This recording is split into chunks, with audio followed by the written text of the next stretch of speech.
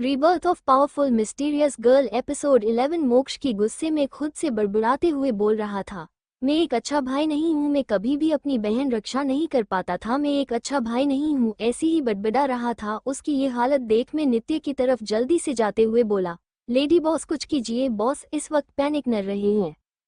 उसकी बात सुन नित्य उसकी तरफ देखते हुए बोली, पैनिक अटैक? उसकी बात सुन मैं एक सर हिला देता है और परेशान होते हुए बोला, लेडी बॉस प्लीज कुछ कीजिए क्योंकि ये अत बॉस के लिए एक नहीं है। उसकी बात सुन नित्य जल्दी से उसके पास चली जाती है।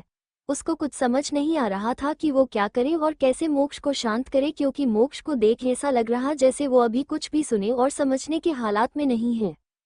अब आगे नित्य को मोक्ष की हालत देख तकलीफ हो रही थी। मोक्ष को इस देख जहां नित्य का दिल दुख रहा था तो वही स्नेहा के चेहरे पे एक शातिर मुस्कान थी। उसके दिमाग में क्या चल रहा था ये बस सिर्फ वही जानती थी, लेकिन फिर जल्दी ही खुद के इमोशन पे काबू कर वो फिर से मोक्ष की तरफ देखने लगी। पता नहीं क्योंकि यहाँ हो रहे तमाशे से उसको बड़ा मजा आ रहा था। वही नित्य और मोक्ष की टैग बढ़ने लगी। वही मोक्ष अभी भी उन लड़कों को मार रहा जिस वजह उन दोनों लड़कों की हालत खराब हो गई थी। मोक्ष ने साइड में पकड़ी टेबल को उठा, जैसे ही उसके ऊपर मारने गया वैसे ही नित्य उसके पास उसके सामने आकर खड़ी हो गई। नित्य ने देख कि मोक्ष की आंखें गुस्से से एक दिन लाल हो चुकी थी। उसकी आंखों में किसी के खून की चाहत नजर आ रही थी, एक आग और एक बदला, जिसे देख आज नित्य को भी डर लगता। वही मोक्ष अब बस नित्य को ही एक तक देख रहा। उसकी हालत खराब हो चुकी थी। उसके हमेशा सेट रहने वाले बाल आज पूरी तरह बिखर के उसके चेहरे पे आ रहे थे। उसके माथे की बसें फूली हुई थी, उसके शर्ट के दोनों बटन खुले हुए थे, उसका लाखों का ब्लेजर जमीन पे बेदर्दी से फेंका हुआ था। उसके दोनों हाथ इस वक्त हवा में थे जिससे उसने टेबल को पकड़ रखा था। नित्य को देखते ही जो मोक्ष अब तक गुस्से से लाल पीला था वो शांत होने लगा। नित्य ने उनके आंखों में देखते हुए एक हाथ उसके गाल पे रख उसके सहलाते हुए बोली, शांत हो जाओ नैना, बिल्कुल ठीक है, और मैंने उसको सैफिली घर भेज दिया है। रही बात इन लोगों की, इन्हें तुम बाद में जो भी सजा देने चाहते हो दे देना।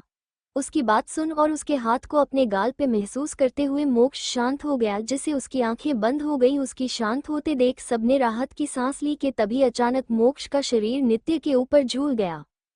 वो तो वक्त रहते नित्य ने मोक्ष को सम लिया, वरना शायद वो अभी मोक्ष के साथ नीचे जमीन पे गिर जाती।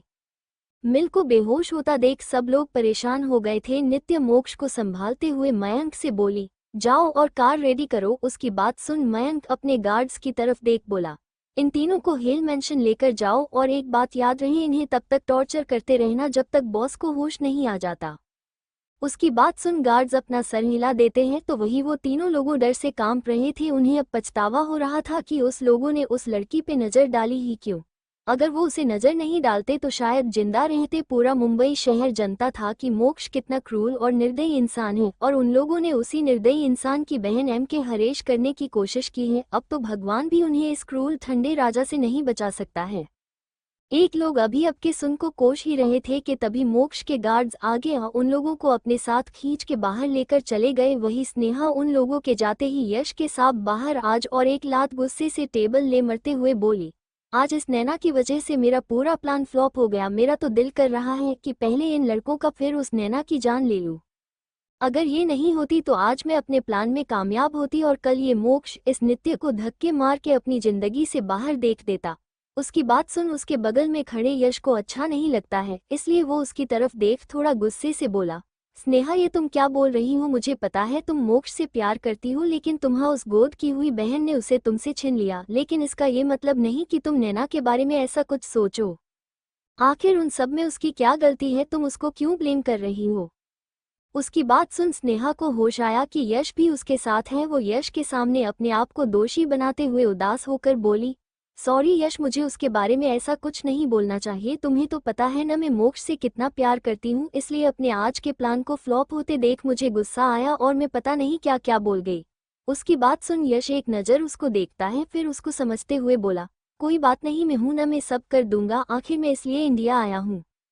उसकी बात सुन स्नेहा मुस्कुरा देती है। उसके बाद वो दोनों भी वह से निकल जाते हैं।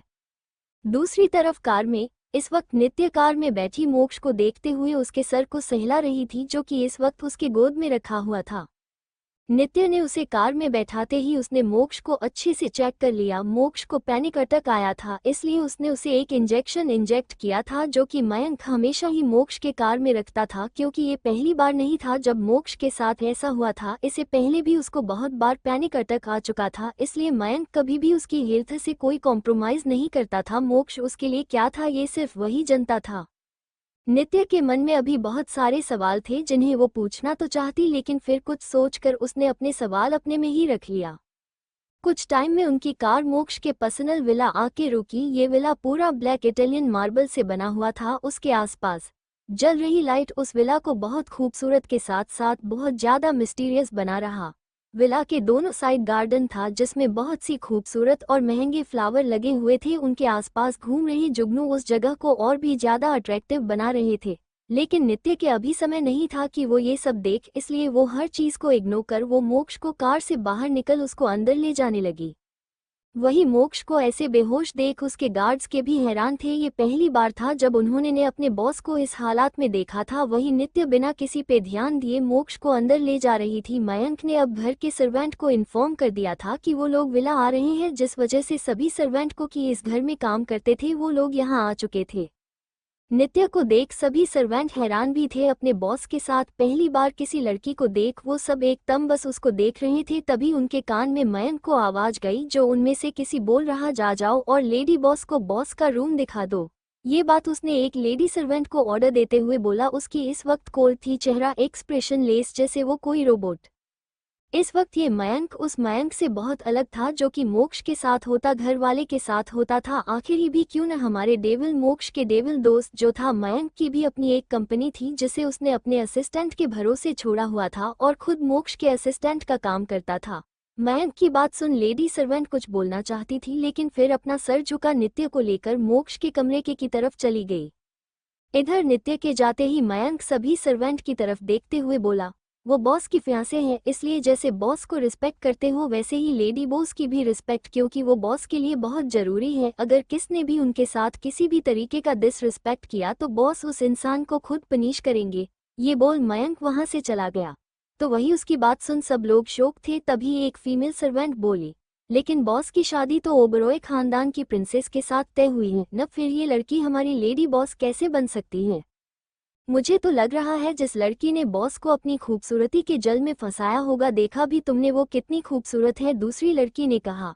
तभी एक मेल सर्वेंट बोला, मुझे स्नेहा मैम के लिए बुरा लग रहा है, वो तो बॉस से कितना प्यार करती हैं, वो कितनी अच्छी और इनोसेंट हैं। उसकी बात सुन सभी ने अपना सर हिला दिया। तभी एक और सर्वेंट बोला, मैं इस घर तोड़ने वाली लड़की को कभी भी अपनी लेडी बॉस नहीं एक्सेप्ट करूंगा। उसकी सर्वेंट की बात सुन एक बार फिर से अपना सर हिला देता है।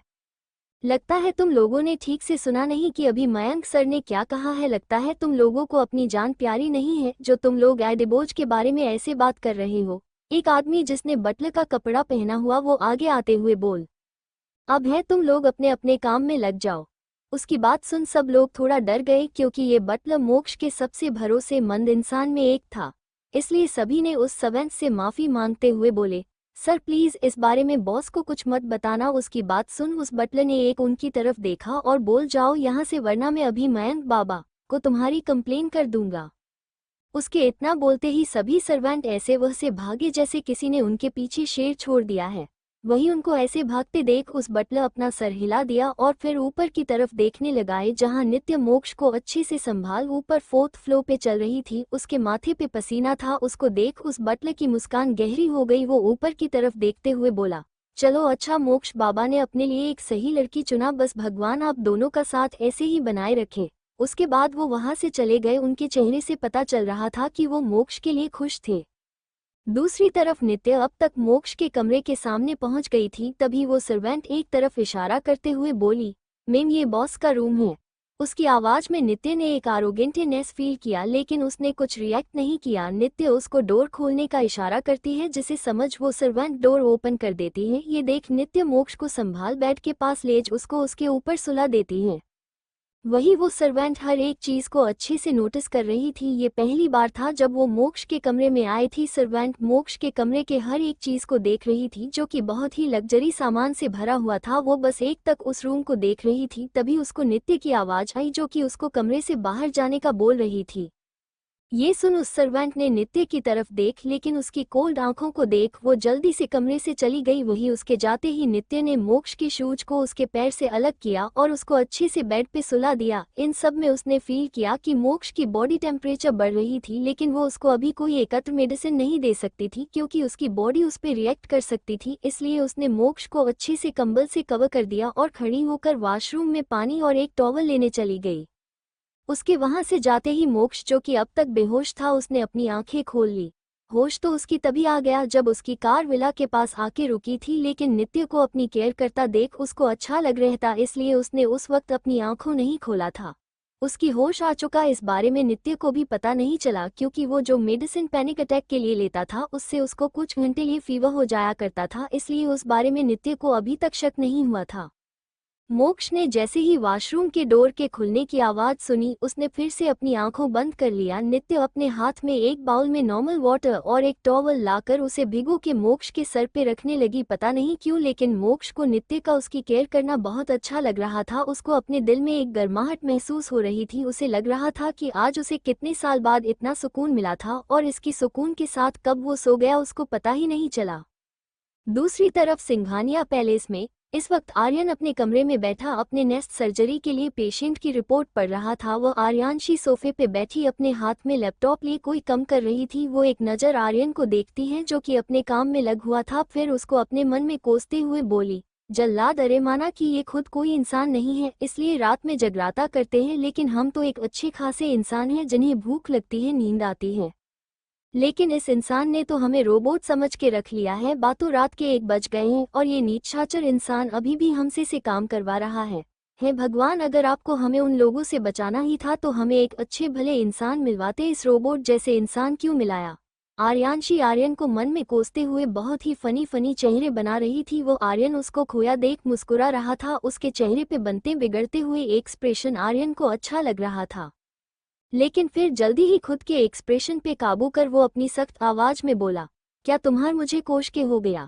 उसकी बात सुन आर्यांशी, जो कि अभी भी उसे कोश रही थी, वो वैसे ही फ्लो में बोल गई, अरे नहीं, मुझे अभी और कोसना है। लेकिन जैसे ही उसे याद आया कि उसने अभी क्या बोले हैं, उसकी नज़र सीधा आर्यन पे चली गई जो कि उसको ही घूर रहा था। ये देख आर्यांशी अपनी दांत दिखा के मुस्कुरा देती है। तभी उसकी मुस्कुराहट एक पल में गायब हो जाती है जब उसके कान में आर्यन के बोले हुए शब्द जाते हैं, कल सुबह 4 बजे तुम मुझे ग्राउंड में चाहिए। उसके ये कहते ही आर्यांशी अपना रोने वाला चेहरा बना के बोली, सॉरी सर, ऐसा मत कीजिए। लेकिन उसकी बिना कोई बात सुन आर्यन उसका हाथ पकड़ अपने कमरे से बाहर कर कमरा बंद करते हुए बोला, no sorry, it's your punishment. Door अब पूरी तरफ बंद हो जाता है, जिसे देख आर्यांशी गुस्सा हो जाती है। वही नादर खड़ा आर्यन मुस्कुराते हुए फिर से अपने काम में लग जाता है।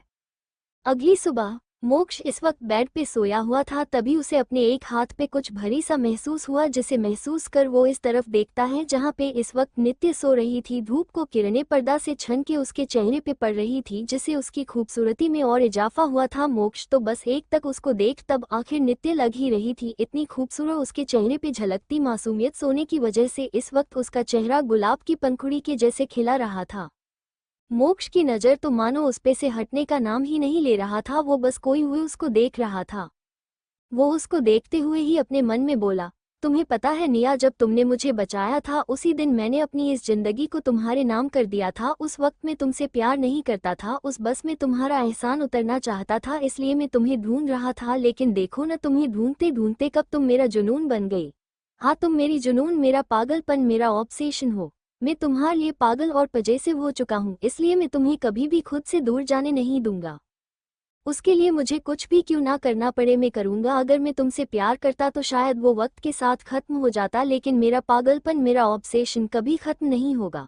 मोक्ष भले ही इस वक्त ये सारी बात अपने मन में बोल था, लेकिन उसी निगाहें इस वक्त भी नित्य के ऊपर टिकी हुई थी। उसकी आंखें में इस वक्त नित्य के लिए जुनून और पागलपन देख जा सकता था। अगर उस वक्त शायद नित्य उसको देखती तो एक पल के लिए वो भी डर जाती, क्योंकि वो जिस तरफ से नित्य को देख रहा था उसको देख के ऐसा लग रहा था जा वो कोई साइको हो। मोक्ष अभी नित्य को देख ही था कि उतने में नित्य थोड़ी कसमसाने लगी। ये देख मोक्ष ने जल्दी से अपनी आंखें बंद कर लिया, क्योंकि वो नहीं चाहता था कि नित्य उसके चेहरे या आंखों के भाव को देखे उसे डर जाए। आखिर वो कैसे उसको डरा सकता है। वही उसके आंखें बंद करते ही नित्य ने अपनी आंखों को खोल दिया। उसने देखा कि मोक्ष अभी भी सो रहा है। ये देख उसने एक नज़र घड़ी को देख जहां पे इस वक्त सुबह के 8 बजे बज रहे थे। वो मोक्ष के सर पे हाथ रख उसका फीवर चेक किया तो उसे राहत हुई क्योंकि मोक्ष का फीवर उतर चुका था। वो मोक्ष को देखते हुए बोली, चलो अच्छा है फीवर उतर गया, लेकिन अब तक तो इसे होश आ जाना चाहिए था न। ये सोचकर उसने मोक्ष की कलाई पकड़ उसका नब्ज चेक किया। नित्य को खुद की फिक्र करता देख मोक्ष को खुशी हो रही थी। तभी उसके कान में नित्य को आवाज गई, अब जब ये ठीक है तो मुझे यहाँ से जाना चाहिए। उसकी बात सुन मोक्ष हैरान हो गया। उसकी निया को उसकी फिक्र नहीं है क्या? वो उसके ऐसे छोड़ के जा रही हज? ये सोच के मोक्ष को गुस्सा आने लगा, लेकिन नित्य की बात सुन उसने अपनी काश के बंद कर ली क्योंकि नित्य डोर तरफ जाते हुए बोली, शायद तुम्हें अब डॉक्टर नहीं बल्कि एक अच्छे एक्टर की जरूरत है जो तुम्हें अच्छी तरह से चेक कर सके। उसकी बात सुन मोक्ष की समझ आ गया कि नित्य को उसके नाटक के बारे में पता चल चुका है, इसलिए वो यहाँ से जा रही है। नित्य अभी डोर को ओपन करती उसे पहले ही उसने खुद को हवा में महसूस किया, उसके बाद एक मुलायम जगह पे। क्योंकि नित्य की बात सुन मोक्ष जो अब तक नाटक कर रहा था वो जल्दी से अपने बेड से खड़ा होकर नित्य की तरफ बढ़ गया था। उसने बिना समय गवाए नित्य को उठा फिर से रूम में लाकर बेड पे पटक देता है। नित्य बेचारी को संभालने का मौका ही नहीं मिला था, वो तो हैरान थी मोक्ष की फुर्ती देख। वही मोक्ष नित्य को बैठ गिरा, खुद भी उसके ऊपर आ गया और उसकी आंखों में देखते हुए बोला, बिल्कुल नहीं, मेरा इलाज तो सिर्फ मेरी गर्लफ्रेंड ही करेगी और कोई नहीं। और तुम्हारी हिम्मत कैसे हुई अपने बेहोश पेशेंट को इस तरह छोड़ के बाहर जाने की? कहीं तुम्हारे बाहर जाते ही मुझे कुछ हो जाता तो? ये बोल उसने नित्य के होठों पे अपने होठ रख उसको किस करने लगा।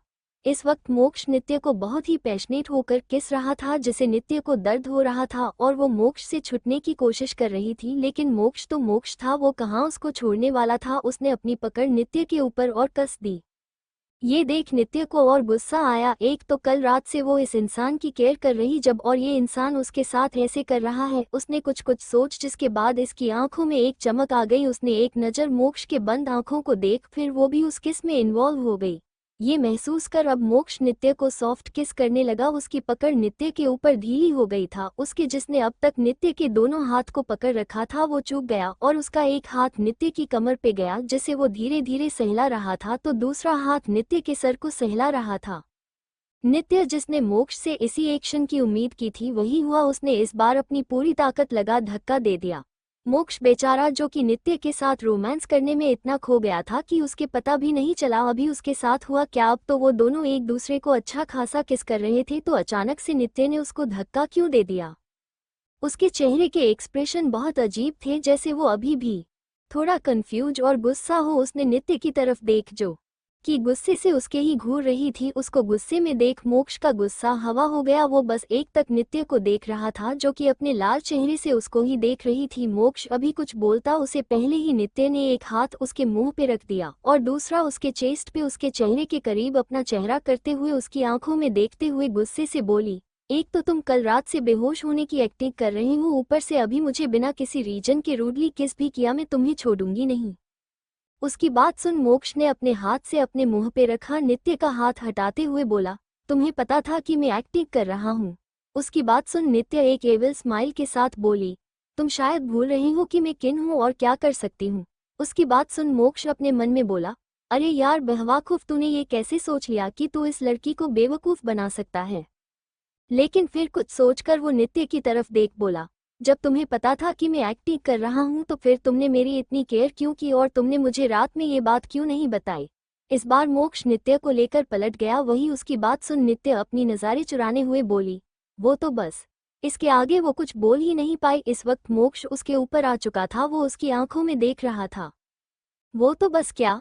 हाँ, मोक्ष उसके बात के रिपीट करते हुए बोला, अपनी बात बोल। उसे नित्य के माथे पे किस किया फिर इसके गले पे।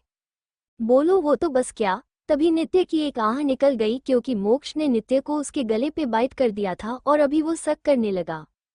नित्य सोच रही थी कि वो याने से कैसे जाए। तभी उसने सने देखते हुए कहा, मयंक तुम सुबह सुबह यहाँ कैसे? उसके ये बोलते ही मोक्ष की पकड़ नित्य पे थोड़ी ढीली हुई। वो पीछे मुड़ के देखने लगा। उसको उस तरफ देखता पा नित्य ने उसको एक बार फिर से धक्का दिया और जल्दी से गेट की तरफ भागते हुए बोली, जल्दी से फ्रेश होकर नीचे आओ। ये बोल वो वहां से निकल गई। वही उसको जाते देख मोक्ष के चेहरे पे मुस्कान आ गई। इधर नित्या जल्दी से कमरे से बाहर निकल मोक्ष के बगल वाले रूम में चली गई और बेड पे बैठ गई। उसके दिमाग में अभी अभी कमरे में जो कुछ भी हुआ घूम रहा था। उसके होठों पे एक ना दिखने वाली स्माइल आ गई। उसका दिल जोर जोर से धड़क रहा था, लेकिन फिर जल्दी ही खुद के इमोशन पे काबू कर वो वॉशरूम में चली गई। उसने पहले ही किसी से कहकर अपने लिए कपड़े यहाँ मंगवा लिए थे। दूसरी तरफ राठौड़ मेंशन इस वक्त रोशनी हॉल में इधर से उधर चक्कर लगा रही थी। उसने कल कैसे नैना को संभाला सिर्फ उसे ही पता है। वो बार बार सीढ़ियों की तरफ देख रही थी। वो खुद से बोली, क्या नैना अभी ठीक होगी? क्या मुझे उसके कमरे में जाना चाहिए? वो अभी इस बारे में सोच ही रही कि तभी उसकी नज़र सीढ़ियों से उतर रही थी। इस वक्त उसके चेहरे पे हमेशा वाली मुस्कान थी। उसको देख रोशनी जल्दी से उसके पास जाते हुए बोली, नैना बच्चे तुम ठीक हो ना? उनकी बात सुन नैना हंसते हुए बोली, दी आप उतनी चिंता क्यों कर रही हैं? मैं तो बिल्कुल ठीक हूँ, मुझे क्या हुआ? उसकी बात सुन रोशनी ने उसको देखते हुए कहा, कल रात हम क्लब गए थे। उसके ये कहते ही नैना उसकी तरफ देखते हुए एक्साइटमेंट से बोली, हाँ दी मुझे याद है कल हम क्लब गए थे, लेकिन हमने वहाँ क्या क्या किया मुझे ये सब याद नहीं है, तो आप ही बता दो ना। उसकी बात सुन रोशनी को अब यकीन हो गया था कि नैना कल रात की सारी बात भूल चुकी। ये सोच उसने एक राहत की सांस ली और फिर थोड़ा गुस्से वाला नाटक करते हुए बोली, अच्छा हुआ तुम्हें कुछ याद नहीं है और हम तुम्हें भाई के वहाँ आने से पहले तुम्हें घर लेकर आ गए, वरना आज भाई की पनिशमेंट से तुम्हें कोई बचा नहीं सकता था। रोशनी की वाली टोन सुन के नैन पहले तो थोड़ा हैरान हुई थी, लेकिन उसके आगे वाली बात सुन वो डर गई और जल्दी से रोशनी से सवाल करते हुए पूछी, क्या हुआ दी कल, और आप इतना गुस्सा क्यों कर रहे हो? उसको डरते देख रोशनी अपने नाटक को कंटिन्यू करते हुए बोली, कल तुमने बहुत सारी वाइन पी ली थी, यही नहीं तुमने कल 2 लोगों को मारा भी। कल क्लब में बहुत तमाशा हो गया था। मोक्ष भाई के डांट से बचने भाभी और मयंक ने तुम्हें मेरे और तेजस के साथ घर भेज दिया था। एक तो भाई को वैसे भी ये सब जगह पसंद नहीं है, ऊपर से तुम्हारी कल की हरकत की वजह से मुझे भी तुम्हारे लिए डर लग रहा है। जैसे जैसे नैना रोशनी की बात सुन रही उसके चेहरे का रंग उड़ रहा था। वो जल्दी से रोशनी का हाथ पकड़ बोली, दो दी मेरी प्यारी, आप तो जानती हूँ ना मैंने आज तक एक मच्छर भी अपने ही छोटे छोटे हाथों से नहीं मरे। फिर उन लोगों का सर फोड़ने की हिम्मत मुझ में कहाँ से आई, मुझे नहीं पता कि मैंने कैसे ये सब कर दिया। फिर थोड़ा रोनी सी शकल बना के बोली, दी दो मेरी प्यारी प्लीज मुझे भाई के गुस्से से बचा लीजिए ना। रोशनी फिर से थोड़ा नाटक करते हुए बोली, सॉरी नैना, वैसे तो अभी इस बारे में भाई को कुछ भी पता नहीं है, लेकिन तुम जानती हो भाई कैसे हैं और उनकी पावर क्या है, इसलिए मैं पूरी कोशिश करूंगी कि भाई को इस बारे में पता न चले। लेकिन तुम्हें भी मुझसे प्रॉमिस करना होगा कि कल के बाद तुम फिर कभी भी क्लब नहीं जाओगी। वैसे भी हम पार्टी अपने फार्म हाउस पे भी कर सकते हैं, लेकिन कल के इंसिडेंट के बाद तुम कभी भी क्लब नहीं जाओगी, वरना मैं खुद भाई को सब कुछ बता दूंगी। रोशनी की बात सुन नैना जल्दी से उससे प्रॉमिस करते हुए बोल, प्रॉमिस दी, मैं अब कभी क्लब नहीं जाऊंगी, इनफैक्ट कोई मुझे इनवाइट भी करेगा तो भी नहीं। उसकी बात सुन रोशनी अपना सर हिला देती है। उसके बाद एक उसके सर पे हाथ रख बोली, चलो ब्रेकफास्ट करते हैं, आज तुम मेरे साथ ऑफिस चल रही हो। उसकी बात सुन नैना अपना सर हिला डाइनिंग रूम में चली जाती है। उसकी जाते देख नैना जल्दी से अपना फोन निकाल मयंक को मैसेज कर देती है। भाभी की दावा का असर हुआ है, नैना कल रात की बात भूल चुकी है। दूसरी तरफ मयंक का ओक वाला इमोजी भेज देता है। रोशनी सोचने लगी कि कल हुआ क्या था। फ्लैशबैक, मयंक के कहने पे रोशनी ने नैना को अच्छे से संभाल कर बाहर लेकर आ गई थी, तभी उनके पास तेजस आया। उसने जब नैना की हालत देख उसे रोशनी ने पूछा, रोशनी नैना को क्या हुआ और उसने ऐसी हालत कैसे हुई, मुझे अभी मयंक का मैसेज आया था। उसकी बात सुन रोशनी बोली, तेजस ये ठीक समय नहीं ये सब बात कहने की, नैना की हालत अभी ठीक नहीं है, तो पहले हम घर जाना चाहिए। उसकी बात तेजस को भी सही लगी, इसलिए उसने गाड़ी का बैक सीट खोल दिया, जिसे देख रोशनी नैना को संभालते हुए कार में बैठा देती है और खुद भी उसके बगल में बैठ जाती है। उसके बैठते ही नैना उसको काश के पकड़ लेती है। उसकी पकड़ ऐसी थी जैसे अगर उसने अभी रोशनी को छोड़ा तो कहीं वो भाग ना जाए। तेजस भी जल्दी से देवी सीट पे बैठकर स्टार्ट कर देता है। रोशनी धीरे धीरे नैना के सर को सहला रही थी। उसके चेहरे पे नैना के लिए चिंता साफ नजर आ रही थी। आज जो कुछ भी हुआ वो उसके लिए अच्छा नहीं था, इसलिए उस और डर लग रहा, साथ ही गुस्सा भी आ रहा था कि वो उस वक्त उसके साथ क्यों नहीं। अगर वो उसके साथ चली गई होती तो शायद आज जो कुछ भी नैना के साथ हुआ वो न होता। उसको ऐसा लगा रहा जैसे आज नैना के जो कुछ भी हुआ है उसकी जिम्मेदार कहीं न कहीं वो भी है। वही तेजस कभी उसको देखता तो कभी नैना को उसको अभी भी जानना था कि वो हुआ क्या था, इसलिए उसने अपनी ड्राइविंग स्पीड बढ़ा दी। रोशनी ने जब देख कि तेजस कार की घर की तरफ ले जा रहा तो उसने जल्दी से उसको रोकते हुए बोली, तेजस कार को मयंक के घर लेकर चलो, अभी नैना को ऐसी हालत में नहीं है कि हम इस घर ले जाते में नहीं, दादाजी और दादी माँ इसकी ऐसी हालत देख घबरा जाए। उसकी बात सुन तेजस अपना सर हिला देता है और कार को मयंक के घर की तरफ ले लेता है। कुछ टाइम में उनकी कार मयंक के फ्लैट के सामने आके रुकी। रोशनी ने देख कि वो उसकी गोद में सो चुकी है, ये देख वो परेशान हो गई। उसकी परेशानी देख तेजस ने नैना को अपनी गोद में उठा लिया और मयंक के फ्लैट में लेकर चल जाता है। तेजस नैना को लेकर मयंक के फ्लैट गेस्ट रूम में लेकर चला जाता है। उसके पीछे रोशनी भी चली गई। तेजस नैना को बेड के सुला खुद बाहर आ गया। वही रोशनी जल्दी से वार्डरोब से नैन के लिए नाइट सूट लेकर आती है। मयंक के घर में वो अक्सर आते जाते रहते थे, इसलिए मयंक ने उन लोगों के लिए एक गेस्ट रूम पहले ही रेडी करवा के रखा था। रोशनी जल्दी से नैना को अच्छे से क्लीन कर उसको वो नाइट सूट पहना खुद भी उसके कमरे से बाहर आ जाती है। बाहर सोफे पे बैठ तेजस, जो कि कब से उसका इंतजार कर रहा था, रोशनी ने देख उसने सवाल किया, क्या अब तुम मुझे बताओगी कि आखिर आज नैना के साथ ये सब हुआ कैसे? उसकी बात सुन रोशनी, जो अब तक स्ट्रिंग बनके इस प्रॉब्लम को फेस कर रही थी, वो एक झटके से जमीन के बैठ गई और रोने लगी। वो रोते हुए बोली, ये अब मेरी वजह से हुआ है, मुझे जब चाहिए था उसके वो बच्ची है, लेकिन तो नहीं ना, मैंने कैसे यू को अकेले जान दिया। उसको इस तरह रोते देख तेजस जल्दी से उसके पास आया। ये पहली बार था जब उसने रोशनी को रोते देखा था, वरना वो इतनी स्ट्रांग थी कि आज तक वो किसी भी प्रॉब्लम को बिना गिव अप के फेस करती थी। वो लड़की आज टूटी हुई उसके सामने था। ये देख वो जल्दी से उसके पास चला गया और उसको उठाते हुए बोला, रोशनी, ये तुम खुद को इसकी वजह कैसे बना सकती हो? नैना के जो कुछ भी हुआ उसके लिए थी, खुद को दोष नहीं दे सकती हो। ये बोल वो उसको जमीन पे से उठा सोफे पे बैठा देता है और खुद जल्दी से किचन में चला है। रोशनी बस उसको जाते देख रही थी, उसकी आंखों में आंसू थे। वो सुबकते हुए जमीन को देख रही थी। कुछ टाइम में तेजस हाथ में पानी का ग्लास लाकर उसके सामने कर देता है, जिसे देख रोशनी अपना सरना में हिला देती है। ये देख तेजस उसके बगल में बैठ उसके देख बोल, थोड़ा पानी पी ले, तुम्हें शांति मिलेगी, उसके बाद हम इस टॉपिक पे बात करेंगे। उसकी बात सुन रोशनी उसके हाथ से पानी लेकर पी लेती और अपनी आंखों को बंद कर सोफे टिका देती है। वही ये देख तेजस बिना कुछ बोले वैसे ही बैठा रहता है। कुछ देर बाद जब रोशनी लगा कि उसने अपने इमोशन पे काबू कर लिया है, तो उसने अपनी आंखें खोल ली। उसको नॉर्मल होता देख तेजस बोला, अब बारी, वहाँ हुआ क्या था और नैना के साथ ये सब किसने की किया है? उसकी बात सुन रोशनी उसके तरफ देखते हुए धीरे धीरे वहाँ पे हुई पूरी बात बता देती है, जिसे सुन अब तो तेजस को भी गुस्सा आने लगा था। वो अभी रोशनी के कुछ बोलता उसे पहले ही उन्हें नैना की चिल्लाने की आवाज उनके कान में, जिसे सुन वो लोग जल्दी से उस तरफ चले गए।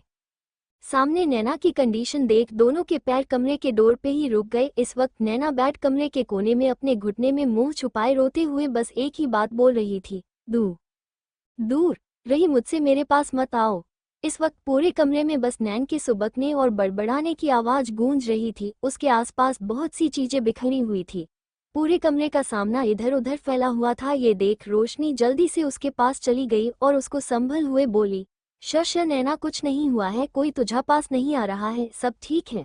रोशनी की आवाज सुन नैना पहले तो शांत होने लगी। वही नैना को कोई हरकत न करता देख रोशनी ने उसके तरफ देख तो पाया कि नैना बेहोश हो चुकी है। ये देख वो घबरा गई। उसने जल्दी से डॉक्टर को कॉल किया और तेजस की तरफ देख कुछ इशारा किया, जिसे समझ तेज नैन के पास आ उसको अपनी गोद में उठा बेड पे सुला देता है। तभी उन्हें डोर बेल की आवाज आई, जिसे सुन तेजस डोर खोल देता तो सामने डोर पे इस वक्त मयंक और उसके साथ डॉक्टर खड़ी थी। मयंक लंबी लंबी सांस ले रहा था। जब मयंक ने अपने घर के सामने डॉक्टर को खड़ा देख तो उसे लगा शायद नैना की हालत ज्यादा खराब है, इसलिए वो भी भागते हुए उस तरफ आया। हल्की डोर को ना खुलते देख उसने बार बार डोर बेल बजानी शुरू कर दी, लेकिन उसे उम्मीद नहीं था कि डोर तेजस खोलेगा। और सबसे बड़ी ये थी कण तेजस उसके घर क्या कर रहा है।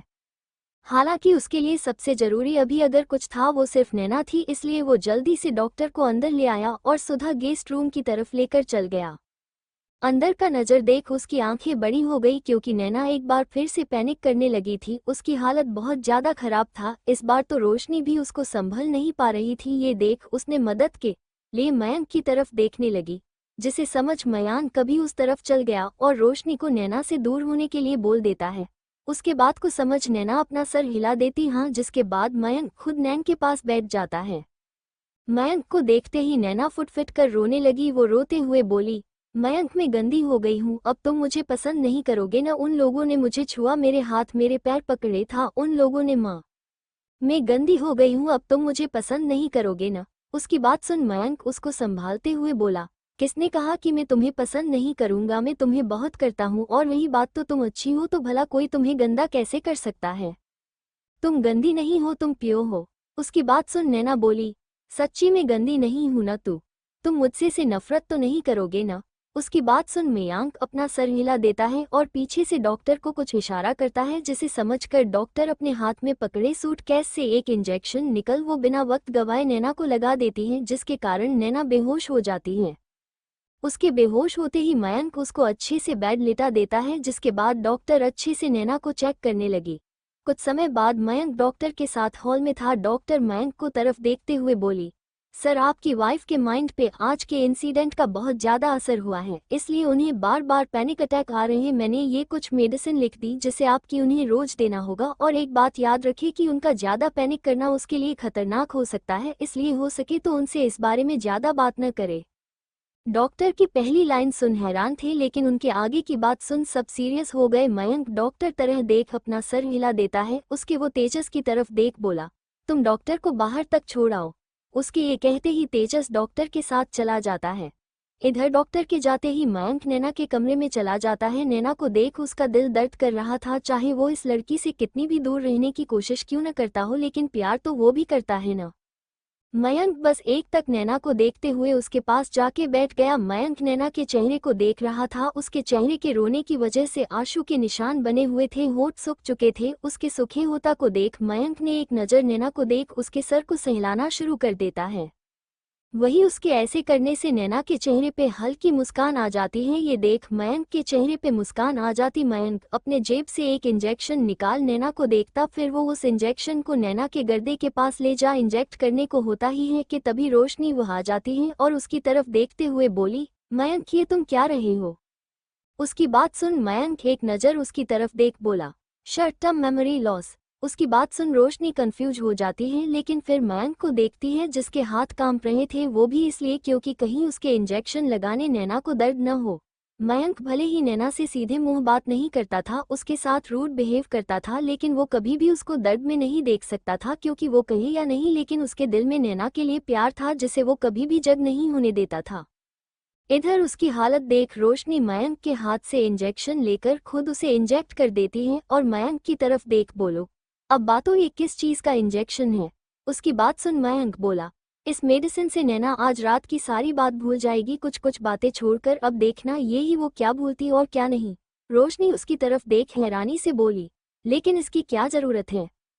ज़रूरत है, मैं नैना को इस तरह नहीं देख पा रहा हूँ, मुझे तकलीफ हो रही है, बस समझ लो मैंने अपनी तकलीफ मिटने के लिए ये सब किया है।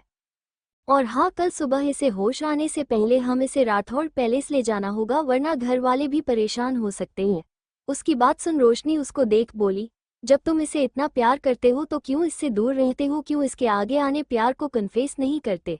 उसकी बात सुन मयंक बिना कुछ बोल नैना के पास बैठ उसके सर को सहलाने लगा। मयंक को जवाब न देता देख रोशनी वहां से चली जाती है। मयंक ने एक नज़र भी उसको नहीं देख, वो बस एक तक नैना को देख रहे था। फ्लैशबैक एंड रोशनी ये सब सोच हुए डाइनिंग रूम आ गई थी। उसके दिमाग में अभी भी आओ पूछे हुए सवाल चल रहे थे, जिसका जवाब सिर्फ मयंक दे सकता था। दूसरी तरफ आर्यांशी गुस्से से डाइनिंग टेबल पे बैठी अपने सामने बैठे आर्यन को खा जाने वाली नज़र से देख रही थी। उसका दिल कर रहा था कि टेबल रखे फोक को उठा वो उसे आर्यन को मर से, आखिर इस इंसान ने उसे उसकी प्यारी नींद को जो छीना था, भला वो कैसे ये बर्दाश्त कर रही थी, ये सिर्फ वो जानती थी। ऊपर इतने हैवी एक्सरसाइज के बाद अब जब ब्रेकफास्ट का से हुआ तो उसने उसके सामने ये घास फूस वाला ब्रेकफास्ट सर्व कर दिया। तभी स्नेहा खुशी से चहकते हुए वो आई और अपने पेरेंट को गले लगते हुए बोली, मॉम डैड मैं आज बहुत खुश हूँ, मेरा सपना सच होने वाला है। स्नेहा को इस तरह खुश देख राधिका जी बोली, अरे अरे स्नेहा आखिर तुम इतनी खुश क्यों हो, क्या हुआ है। हाँ स्नेहा बेटा क्या हुआ है, और तुम्हारे सपने सच होने से क्या मतलब है। ऋषभ जी बोले। सबको अपनी तरफ देखता देख स्नेहा बोली, वो मैंने जिस डिजाइनिंग कंपटीशन में पार्टिसिपेट किया था मुझे उसमें फर्स्ट प्राइज मिला है, साथ ही अब मैं फाइनल राउंड को क्वालिफाई हो चुकी हूँ, जिसका मतलब है कि मैं आगे जाके एंजल फैशन वर्ल्ड की फाउंडर नियति से मिल सकती हूँ। उसकी बात सुन सिंघानिया परिवार खुश हो जाता। आखिर कौन नहीं, नियति ना सिर्फ एक नाम थी बल्कि वो एक ब्रांड थी जिसका सिक्का फैशन की दुनिया में राज करता था। उसे फैशन इंडस्ट्री की क्वीन में देखा जाता था। बहुत से ऐसे लोग थे जो बस उस ब्रांड से अपने लिए पर्सनली ड्रेस डिजाइन करवाना चाहते थे, लेकिन ऐसा पॉसिबल नहीं था। वही इसकी बात सुन रिद्धि सिद्धि दोनों उसको हक करते हुए बोली, क्या इसका मतलब ये नहीं अगर तुम फाइनल राउंड में जीत जाती हो तो तुम्हें इस नियति से मिलने का मौका मिलेगा, साथ ही उसके साथ काम करके कुछ सीखने का भी। उसकी बात सुन स्नेहा अपना सर हाँ में हिला देती है। उसका हमेशा से ड्रीम था कि वो फैशन इंडस्ट्री के साथ साथ फिल्म इंडस्ट्री में अपना नाम बनाएगी, बिल्कुल एंजल फैशन ब्रांड की तरह, इसलिए वो हमेशा से इन सब चीज़ों को ध्यान देती थी। सब अभी खुश हो ही रहे थे कि तभी आर्यन कुछ सोच इधर उधर देखते हुए बोला, मॉम डैड प्रिंसेस कहाँ है, आज वो नीचे ब्रेकफास्ट के लिए भी नहीं आए। अपनी खुशी के बीच नित्य का नाम सुन स्नेहा को गुस्सा आ गया। आज उसका सबसे खास दिन है और उसके भाई को अभी भी इस नित्य की पड़ी है, लेकिन फिर जल्दी ही अपने इमोशन पे काबू कर अपने चेहरे पे मासूमियत लाते हुए बोली, हाँ मॉम नित्य कहाँ है, क्या वो अभी भी सो रही है। स्नेहा की बात सुन राधिका जी बोली, वो कल नित्य ने मुझे कॉल करके बताया कि वो रात को राठौड़ पैलेस में ही रुकने वाली है, इसलिए वो घर नहीं आएगी। उनकी बात सुन वहां मौजूद दो लोगों के हाथों की मुट्ठी कस गई। उसके बाद वो लोगों अपने ब्रेकफास्ट खाने लगे। वही स्नेहा ये सब मुस्कुरा रही थी। वो खुद से ही बोली, अच्छा हुआ वो नित्य यहाँ नहीं है, लेकिन मुझे कुछ ऐसा करना होगा कि वो अपने आप ही इन लोग की नज़र में गिर जाए, जिससे मुझे उसको इस घर से बाहर निकालने में आसानी हो। तभी उसके कान में ऋषभ जी और राधिका जी को आवाज गई, जो बोल रहे थे, स्नेहा आज तुम्हारे लिए बहुत बड़ा दिन है, इसलिए हम तुम्हारे इस दिन को और अच्छा बनाने के शाम को सबके साथ सेलिब्रेट करेंगे। उनकी बात सुन स्नेहा खुश हो गई। राधिका जी ऋषभ जी की तरफ देखते हुए बोली, ऋषु आप नित्य को कॉल करके इस प्लान के बारे में बात दो, साथ ही आप उन्हें ये भी बोल सेना कि वो मोक्ष को अपने साथ लेकर आए, आखिर मोक्ष भी जल्दी हमारी फैमिली का मेंबर बनने वाला है। उनकी बात सुन स्नेहा के पैर हवा में उड़ रहे थे। वही ऋषभ जी राधिका जी का बात सुन नित्य को कॉल करके देते हैं। दूसरी तरफ नित्य इस वक्त डाइनिंग रूम में बैठ मोक्ष के आने का इंतजार कर रही थी। तभी उसका फोन रिंग हुआ। उसने देख कि उसे उसके पापा कॉल कर रहे हैं। ये देख उसके होठों के एक एविल स्माइल आ गई। वो पहले तो कुछ मिनट अपने फोन को देखती है, फिर फोन पिक कर लेती है। दूसरी तरफ से ऋषभ जी की आवाज आई, जो बोल रहे थे, नित्य बेटी तुम कहाँ हो, तुम ठीक तो हो ना, क्या तुमने ब्रेकफास्ट किया है। उनकी बात सुन नित्या मुस्कुरा के जवाब देती है, डैड मैं बिल्कुल थी हूँ, मुझे भला क्या हुआ है, मैं इस वक्त मोक्ष के घर हूँ और इस वक्त ब्रेकफास्ट करने ही जा रही हूँ। उसकी बात सुन दूसरी तरफ से ऋषभ जी की आवाज आई, जो बोल रहे थे, नित्य बेटा हमें तुम्हें एक खुश खबर देनी है। वो ये है कि स्नेहा ने डिजाइनिंग कंपटीशन में फर्स्ट प्राइज जीता है। उनकी बात सुन नित्य ने बोली, डैड ये तो बहुत अच्छी बात है, क्या आप मेरी तरफ से स्नेहा को बहुत सारी विशेष दे सकते हो, मैं उसके लिए बहुत खुश हूँ। तभी पीछे से मोक्ष की आवाज आई, नेहा तुम किस बात से खुश हो, मुझे भी तो बातों, ऐसा भी क्या हुआ है। दूसरी तरफ से स्नेहा ने जब मोक्ष को आवाज सुनी तो खुश हो। उसको लग रहा था मोक्ष उसकी अचीवमेंट से खुश होकर उसके पास आ जाएगा, क्योंकि ये कॉन्टेस्ट पूरे इंडिया में होता है और ऐसे में उसका फर्स्ट आना किसी मैजिक से कम नहीं था। उसको तो समझ नहीं आया कि कैसे वो फर्स्ट आ गई, लेकिन वो इस बारे में ज्यादा न सोचकर अपनी फर्स्ट आने की खुशी ज्यादा थी। उसकी नज़र अभी भी फोन पे थी। वही मोक्ष को देख नित्य की नज़र उस पे जम गया। वो उसे देख बोला, निया मुझे पता है मैं हैंडसम, लेकिन तुम मुझे ऐसे नज़र नहीं लगा सकती, वरना मेरी हैंडसमेनेस खत्म हो सकती है। उसकी बात सुन नित्य झेप गई और इधर उधर देखते हुए बोली, मैं तुम्हें नहीं देख रही समझे। उसकी बात सुन और उसके चेहरे को देख मोक्ष जोर जोर से हंसने लगा और वो हंसते हुए ही बोला, अच्छा तो फिर तुम्हारा चेहरा लाल कैसे हो गया। वो उसकी तरफ देख बोली, हंसना बंद कर वरना। जहां एक तरफ मोक्ष नित्य को परेशान कर रहा था, वही दूसरी तरफ सिंघानिया परिवार हैरानी से ऋषभ जी के फोन को देख रहे थे। क्या ये वही मोक्ष है जो सबके सामने कोल्ड बिहेव करता है। वही राधिका जी और ऋषभ जी के दिमाग में मोक्ष का वो चेहरा घूम गया जब मोक्ष ने उन्हें नित्य के लिए धमकी दिया था, और अभी वो नित्य से कैसे बात कर रहा है। ये झटक कम था जो उन्हें मोक्ष की हंसी भी सुनाई देने लगी, जिसे सुन उन्हें दूसरा झटका लगा था। वही मोक्ष की बेशर्मी देख आर्यन, जो कि पहले खाना खा, वो उसके गले में ही फंस गया, जिसके बाद ना चाहते हुए उन्हें भी हंसी आ गई। वही नित्य, जो कि अब तक मोक्ष की बेशर्मी देख लगभग भूल चुकी थी कि वो कॉल पे है, जब उसे अपने फोन से सबके हंसने की आवाज आई वो और हैरान हो गई, क्या इस बेशर्म इंसान की बेशर्मी उसके घर वाले ने भी सुन लिया क्या। वही मोक्ष भी नित्य के फोन से आती आवाज को सुन उसकी तरफ देखने लगा। क्या वो फोन पे थी, ये जान अब मोक्ष ने निया की तरफ देखता है, जो कि गुस्से से उसको ही देख रही थी। वो नित्य की तरफ देख बोला, निया शांत हो जाओ, मुझे नहीं पता था कि तुम कॉल पे हो, अगर पता होता तो मैं ऐसा कुछ नहीं करता। उसकी बात सुन नित्य गुस्से से बोली, तुम बेशर्म इंसान, तुम्हारी वजह सारी फैमिली मेरे ऊपर हंस रही, मैं आज तुम्हारा सर फोड़ दूंगी। ये बोल वो अपनी जगह से खड़ी हो गई और अपने डाइनिंग टेबल से एक ग्लास उठा बोली, मैं तुम्हें छोड़ूंगी नहीं। वही मोक्ष डरते हुए बोला, निया, मुझे सच में नहीं कर कि तुम कॉल पर हो, वैसे भी इसमें तुम्हारी गलती है, तुम फोन चालू रख, मुझे कैसे घूर सकती थी। उसकी बात सुन नित्य बोली, अच्छा एक तो तुम गलती खुद करते हो और इल्जाम मेरे ऊपर लगा रहे हो। इसके साथ ही उसने अपने हाथ में पकड़ी ग्लास मोक्ष के ऊपर फेंक देती है। हालांकि कि ग्लास को अपनी तरफ आता देख मोक्ष बोला, जान जान देखो, रुक जाओ, मेरा सर फूट जाएगा, फिर खून निकलेगा। इसके साथ ही वो ग्लास उसके बगल में रखे फ्लावर पॉट से टकरा गया। हाँ तो अच्छा, उसी बहाने में तुम्हारे दिमाग को खोल के चेक कर लूंगी कि तुम्हारे दिमाग में चलता क्या रहता है। दूसरी तरफ सिंघानिया परिवार हैरानी था, आज उन्हें झटके पे झटके मिल रहे थे। उन्होंने नित्य की इस एक्शन की जरा भी कल्पना नहीं की और मोक्ष को बातों का तो बिल्कुल भी। तभी आर्यांशी खांसते हुए बोली, अंकल आपको अभी फोन कर देना चाहिए, वरना मोक्ष सर हम और गुस्सा करेंगे, क्योंकि उनके साथ अभी जो कुछ भी हो रहा उसमें सबसे पहले ही गलती हमारी है। उसकी बात सुन सब लोग अपने शौक से बाहर आ गए, फिर आर्यांशी की बात को प्रोसेस करने लगे। उन्होंने सबसे पहले फोन कट किया, फिर वो लोग एक दूसरे की तरफ देखने लगे और एक बार फिर से हंसे लगे। ऋषभ जी राधिका जी को बोले, देखा राधिका जी, उस दिन ये डेविल हम लोगों को कैसे धमकी दे रहा था, निया के लिए रहा था, और आज कैसे वो निया से बच रहा है। उनकी बात सुन आर्यन हैरान होते हुए बोला, डैड आपका मतलब क्या है कि मोक्ष ने आपको और माँ को धमकी दी है नित्य से शादी करने के लिए। आर्यन के सवाल को सुन ऋषभ जी बोले, तुम तो जानते हो कि तुम्हारी बहन अभी इस घर में आई है, इसलिए हमें उसकी चिंता ही रही थी, उसकी शादी मोक्ष के साथ कारण के लिए। तभी एक दिन स्नेह का दोस्त यश घर आया और उसे नित्य पसंद आ गई, तो वो हमसे नित्य का हाथ मांगने लगा। इस बारे में जब हमने मोक्ष से बात किया तो उसने हमें बताया कि वो नित्य को बहुत साल से ढूंढ रहा है। इनफैक्ट नित्य अगर घर नहीं भी आती तो वो कभी भी स्नेहा से शादी नहीं करता। वो इंडिया भी इसलिए आया था ताकि वो स्नेहा से अपनी सगाई तोड़ सके, लेकिन फिर यहाँ आने के बाद नित्य के बारे में पता चला, और जब उसे पता चला कि यश नित्य से शादी के लिए बात करने लिए हमारे घर आया था, उस दिन मोक्ष ने अपने कुछ आदमियों से कहकर यश को बहुत पिटवाया था। इनफैक्ट अभी भी मोक्ष यश को हमारे घर नहीं देता है, क्योंकि उसके कुछ गार्ड्स अभी भी उस पर नजर रखते, जिस वजह से वो जब भी सिंघानिया पैलेस आने के लिए निकलता है रास्ते में ही मोक्ष के गार्ड्स उसको बहुत पीते हैं। उनकी बात सुन सब लोग हैरान थे। आर्यन बोला, डैड मोक्ष तो नित्य के लिए पागल है। उसकी बात सुन ऋषभ जी बोले, वो सिर्फ पागल ही नहीं सनकी भी है बेटा, वो सिर्फ नित्य के सामने ही अलग बिहेव करता है, ऐसा समझ लो। नित्य के सामने वो दुनिया का सबसे मासूम इंसान है, लेकिन वो क्या है इस बारे में नित्य सोच भी नहीं सकती है।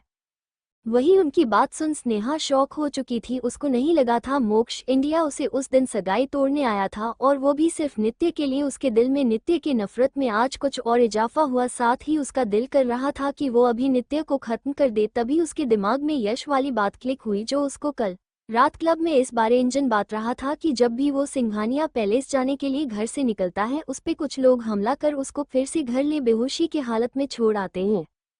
ये सोचकर कि मोक्ष ये सब सिर्फ नित्य के लिए कर रहा, उसको बहुत तेज गुस्सा आया था। आखिर मोक्ष उस नित्य के लिए इतना सब कुछ क्यों कर रहा है, आखिर ऐसा भी क्या है उसमें जो वो उसको पसंद करता है। उसने सोच लिया था वो अब नित्य को सिर्फ खत्म नहीं बल्कि उसको बर्बाद कर देगी, वो उससे उसका सब कुछ छीन लेगी, उसका नाम, उसकी पहचान, उसकी फैमिली, उसका बिजनेस और मोक्ष को भी सब कुछ। वो अब उसको किसी के साथ खुश नहीं रहने देगी।